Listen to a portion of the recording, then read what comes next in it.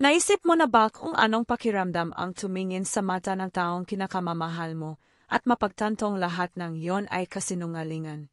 Hawak mo ang ebidensya. Hindi haka-haka, hindi sismis. Nakita mo. Naka-record. May tunog. May video. At kahit ganon, kahit lantad na ang lahat, titingin siya sa'yo gamit ang parehong mukha na nakasanayan mo at sasabihin, "Baliw ka. Wala kang alam sa totoong nangyari." At doon mo marirealize na ang pinakamasakit sa isang pagtataksil, hindi yung mismong pagtataksil, kundi yung pagwawalang bahala. Yung makita mong sinusubukan kanyang pagdudahin sa alam mong totoo. Yung giniginaw kang parang binuhusan ng yelo dahil na-realize mo na kahit kailan, hindi kanya ginalang. Per John Ray Chuck. Hindi ito kwento ko, pero pakiramdam ko, arang akin na rin. Kwento ito ng pinakamatalik kong kaibigan. Isang lalaking may malinis na puso, isa sa ilang naniniwala pa ring ang pag-ibig ay kapareho ng katapatan. Isa sa mga lalaking nagbibigay ng lahat, oras, atensyon, pag-aalala. Mas pipiling makinig kaysa magbintang. Alaging nakikita ang kabutihan ng tao, kahit na ang ipinapakita na sa kanya ay kabaligtaran. At dahil doon, siya ay bumagsak.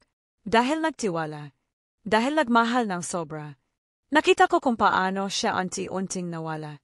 Kung paanong nawala ang liwanag sa mga mata niya. Araw-araw siyang nagtatanong sa sarili kung siya nga ba ang may kasalanan. Pero ang pinakamasakit ay yung makita na kahit hawak na niya ang katotohanan, kahit may ebidensyang malinaw ang pagtataksil, nagawa pa rin niyang itanggi ang lahat. At doon siya halos mawala ng sarili. Kasi ang tunay na pumapatay, hindi yung ginawa sa'yo, kundi yung pinapaniwala kanilang ikaw ang may problema. Per John Ray Chuck. Na magsimula silang mag-date, aras silang nasa pelikula. Siya ay may karisma, palaging nakangiti, tila tunay na interesado sa kanya. At siya naman tuluyan na siyang nahulog. Hindi lang ito simpleng pagkagusto. Parang naramdaman niya na sa wakas ay may taong nakakaunawa sa kanyang katahimikan, sumusuporta sa mga magagandang araw, at humahawak sa kanya sa mga mahihirap. Sa hindi kalayuan ng panahon, nagsimula na silang makakasama sa isang bahay. Nagtatala ng mga plano para sa mga anak. Nangangarap ng mga paglalakbay na magandang bukas. Araw-araw siyang pinapadalhan ng magandang umaga, mahal ko. Tuwing linggo, siya ang nagluluto para sa kanya. Hindi niya kailanman nakalimutang ipagdiwang ang kaarawan, hindi naging bastos, at hindi kailanman nagtaksil. Kapag siya ay umiyak, siya ang kanlungan niya. Kapag siya ay ngumiti, siya ang dahilan. At para sa lahat sa labas, sila ang perpektong magkapareha. Yung tipo na mag-asawa na nagbibigay inspirasyon, na para bang nataguan na nila ang tinatawag na kapatid na kaluluwa. Ngunit, sa likod ng mga ngiti sa social media, may isang bagay na unti-unting lumalaki. Isang bagay na hindi niya napansin sa oras. Dahil ang pinakamalupit na bitag ng pagtataksil. Hindi ito nagsisimula sa isang sigaw. Ito ay bulong lamang, habang nakapikit ka, naniniwalang ligtas ka na. Sa simula, maliliit na bagay lang iyon. Halos hindi mapansin, arang mga piraso ng puzzle na hindi niya maayos na buuin. Nagsimulang palatingin siya ng gabi na walang malinaw na paliwanag. Sinasabi niyang may dagdag na trabaho, mga pulong, lakad kasama ang mga kaibigan, pero parang may kakaiba. Ang cellphone, na dati palaging nakikita, biglang nawawala sa kanyang paningin. Kapag sinubukan niyang tingnan, mabilis niyang pinapalitan ang usapan o iniikot ang telepono na naka-face down. Sinubukan niyang huwag masyadong mag-isip tungkol dito. Sinubukan niyang kumbinsihin ang sarili na siya ay paranoid, na siya ay nag-exaggerate lang. Siyempre, tiwala ang palaging nagpapanatili ng buhay sa relasyon, hindi ba? Pero ang kakiramdam na may mali ay unti-unting lumalaki sa kanyang dibdib. Isang bigat na hindi niya kayang balewalain. Maliliit na pagkukulang, mga pag-uusap na biglaang napuputol, mga tawa sa telepono na biglang humihinto pag kumasok siya sa kwarto, lahat ng iyon ay unti-unting bumubutas sa baluti ng tiwalang kanyang binuo. At ang pinakamasakit, gustong-gusto niyang maging normal ang lahat, kaya mas pinili niyang ipikit ang mga mata sa mga senyales, na parang kapag itinanggi niya ang katotohanan ay mawawala ito. Lahat ay nagbago noong araw na iyon na tila ordinaryo lang. Sinabi niyang pupunta siya sa bahay ng kanyang ina sa hapon, isang dahilan na palagi niyang pinaniwalaan ng walang pagtatanong. Ngunit nang dumating siya, may agad na napansin ang kaibigan ko. Basa ang buhok niya, arang kakaligo lang, at iba ang pabango niya, mas malakas ang amoy, na para bang nag-ayos siya para sa ibang tao. Sinubukan niyang huwag pansinin. Inisip niyang baka ibang shower ang gamit ng kanyang ina o baka may kailangang ayusin siyan bago bumalik. Ngunit ang maliit na detalye na iyon ang nagtanim ng isang binhi ng pagdududa na hindi na tumigil sa paglaki sa kanyang puso. Sa unang pagkakataon, ang duda ay naging isang hindi mapawiyang katiyakan, isang buhol sa lalamunan na lalong humihigpit. Naramdaman niyang kailangan niya ng patunay. Kasi sa gabing iyon, hindi siya makakatulog na nag-iisip lang tungkol doon, kailangang malaman ang katotohanan, kahit ano pa man ang maging kapalit. Pagkatapos ng ilang araw na nakakulong sa hindi matiis na pagdududa, gumawa siya ng desisyong hindi niya akalaing kailangang gawin. Hindi siya likas na mapagsospetsa, lalo na hindi siya yung tipo na sumisilip sa pribadong buhay ng taong mahal niya. Pero ang pakiramdam na hindi malaman ang totoo, na parang nabubuhay sa dilim, ay mas masakit kaysa sa anumang paglabag sa privacy. Kaya isang tahimik na gabi, nagago siya na maliit na kamera sa sala, kung saan madalas siya magpalipas ng oras kapag wala siya. Isang desperadong hakbang ito, isang pagsubok na magkaroon ng katiyakan, ng kontrol sa sitwasyong unti-unting sumisira sa kanya. Gusto niya na ebidensya, hindi haka-haka. Gusto niya ang matapat na katotohanan, para sa wakas ay makapagdesisyon siya kung ano ang gagawin sa relasyon na unti-unting nagigiba. At hindi niya alam na ang makukuhang larawan sa kamerang iyon ay magbabago ng lahat magpakailanma. Noong araw na iyon, tila normal lang, tulad ng anumang bayarnes. Umalis siya ng bahay tulad ng daiti, pilit kumilos ng natural, pero ang puso niya ay mabilis tumibok at mabigat.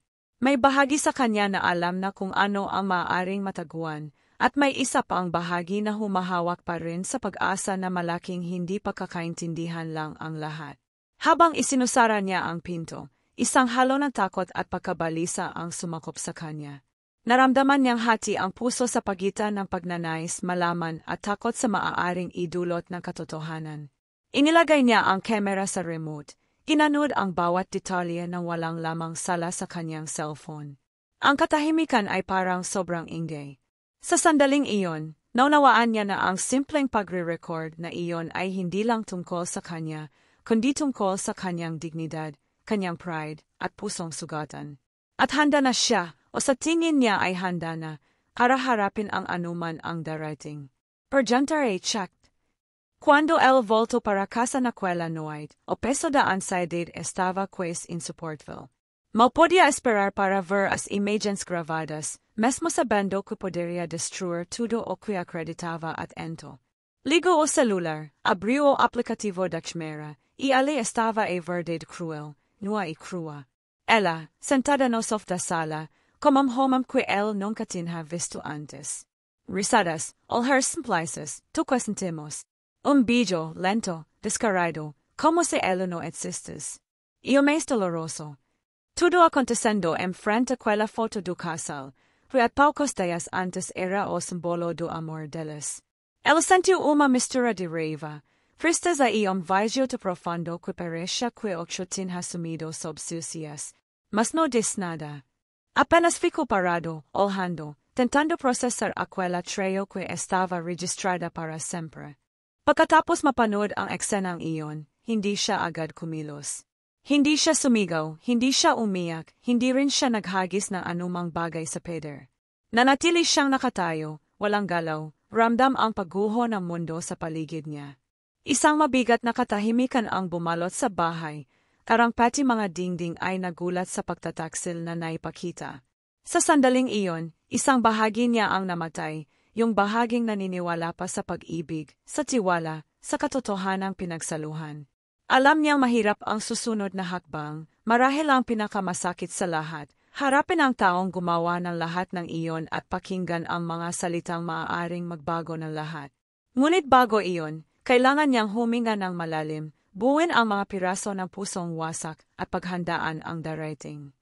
Hindi na niya kayang itago ang lahat sa loob niya. Hawak ang video na nakarecord sa cellphone, nagdesisyon siyang harapin ang katotohanan ng buong tapang. Tinawag niya siya para mag-usap, walang sigawan, walang agad na paratang, puro katotohanan lang, hayag at walang paligoy-ligoy, na nakalantad sa kumikislap na screen. Nang makita niya ang mga larawan, nagbago ang mukha niya. Nawala ang ngiti, napuno ng kaba ang mga mata, pero kahit ganun, naglakas loob pa rin siyang magtanggi. Hindi yan ang iniisip mo, sabi niya, tinatago ang takot sa boses. Ito ay panlilin lang, sinubukan niyang ipaliwanag, hinahangad na baliktarin ang sitwasyon. Naramdaman niyang muling nawawala ang kanyang mundo. Paano niya matatanggap na may tatangging ganun kalinaw? Paano niya tatanggapin na may magtangkang ipagdamot sa kanya ang katotohanan ng sariling mga mata? Doon na nagbago ang sakit sa galit. Isang tahimik ngunit matinding galit na parang apoy na sumusunog sa paligid. Perjuntare checked. Pagkatapos niyang tanggihan ang pagtataksil, hindi siya tumigil doon. Gamit ang malamig at maingat na diskarte, sinimulan niyang baliktarin ang sitwasyon laban sa kanya. Sinasamantala mo ang aking privacy, sabi niya, may kalmadong tinig pero matalim ang salita. Ang pagre-record ng tao nang walang pahintulot ay isang mas malaking pagtataksil kaysa sa alinman. Sinubukan niyang iparatang na inililihis ang atensyon mula sa kanyang kasalanan patungo sa kanya.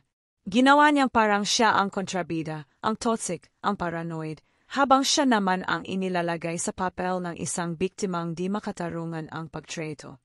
At sa isang sandali, ang lahat ng gulo at sakit ay nagsimulang bumasag sa isipan niya. Ganito ang psychological manipulation. Kinapaisip ka nitong magduda sa lahat, sa nakita mo, sa nararamdaman mo, at sa iyong sariling katiniwan. Ngunit sa sandaling iyon, kinailangan niyang magdesisyon kung patuloy ba siyang lulubog sa pagdeni o kung tapusin na niya ang kwentong iyon ng tuluyan. Perjuntare checked. Sa sandaling iyon, agkatapos na napakaraming sakit, kasinungalingan at manipulasyon, sa wakas ay naunawaan niya na hindi na siya maaaring manatili sa toxic na relasyon na iyon. Hindi ito madaling desisyon. Hindi ito ginawa sa init ng galit, kundi sa malalim na katahimikan ng pagninilay. Alam niya na karapat-dapat siya ng higit pa, karapat-dapat sa respeto, katotohanan, at tunay na pag-ibig.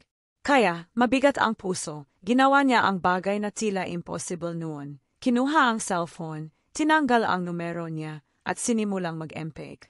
Hindi na lumingon pabalik, walang kahit isang salita pang sinabi. Umalis siya at hindi na muling babalik. Dahil minsan, ang pinakamalaking tapang ay ang malaman kung kailan kailangang umalis, kahit na ang pag-ibig ay naroon pa rin, sumasakit sa loob. Kahit matapos siyang umalis, hindi mabilis kumaling ang sugat sa puso. Ilang buwan siyang nagdaan na walang tulog sa gabi, may mga tanong na walang sagot, at isang walang tigil na kawalan sa dibdib. Nagsimulang magduda siya kahit sa sarili niya, nagtatanong kung kailan siya muling makakaroon ng tiwala sa iba. Nabigo ang mga pagkakaibigan, naging mababaw ang mga usapan, at sa maraming pagkakataon, naramdaman niyang siya'y ganap na nag-iisa. Nag-iwan ang pagtataksil ng mga di nakikitang peklat, mga pilat na hindi nakikita, pero sumasakit sa bawat alaala, sa bawat pag-iisip. At kahit tumatakbo ang panahon, ang alaala ng pagtanggi, ng pagwawalang bahala, ay nananatiling mabigat na pasanin. Ang kwentong ito, tulad na marami pang iba, ay may aral na masakit, ngunit kailangang marinig. Ang sobrang pagmamahal ay maaaring maging isang kulungan na nagapalabo sa katwiran at nagpapatahimik sa instinct. Ang magtiwala ng walang hangganan, ng walang pagtatanong, ay parang pagbubukas ng pinto para sa pagtataksil na pumasok ng walang hadlang. At ang pagbaliwala sa mga palatandaan, yung maliliit na detalye na tahimik na sumisigaw, ay paghahatol sa sarili sa mas matinding sakit sa hinaharap. Ang natutunan niya, sa pinakamahirap na paraan, ay na ang pag-ibig ay hindi dapat wasakin kundi dapat magtayo. Na ang pinakamalaking patunay ng pagmamahal sa sarili ay ang malaman kung kailan magsabi ng tama na. At minsan, ang pinakamalupit na katotohanan ang siyang magpapalaya. Perjuntare checked. Kung naranasan mo na ang ganito, tandaan mong hindi ka nag-iisa. Ang pagtataksil ay nag-iiwan na malalim na sugat, pero ipinapakita rin nito ang lakas na nasa loob ng bawat isa sa atin. Huwag sisihin ang sarili sa bagay na hindi mo kasalanan. At huwag hayaang may magpabago sa paniniwala mo sa katotohanang alam ng puso mo. Kung ang video na ito ay nakaantig sa'yo, ibahagi mo ito sa isang taong kailangang marinig ang kwentong ito. Mag-like at mag-subscribe sa channel, baka ito na ang lakas na kailangan niya para magising sa realidad.